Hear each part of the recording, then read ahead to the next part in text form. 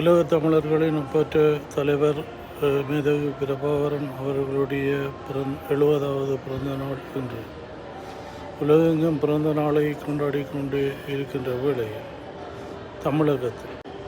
தமிழகத்தில் நாம் தமிழர் கட்சியினர் மிகச்சிறப்பாக தலைவரின் பிறந்த நாளை தமிழகமெங்கும் விமர்சையாக கொண்டாடி கொண்டிருக்கின்ற வேளையில் நாம் தமிழரில் இந்திய பிரிந்தவர்கள் நாம் தமிழர் கட்சி பிள்ளைகள் கொண்டாடுகின்ற அந்த நிகழ்வுக்கு எதிராகவும் அவர்களுக்கு எதிராகவும் இன்று பத்திரிகையாளர் மாநாடு வச்சு வசைபாடி கொண்டிருக்கின்றார்கள்.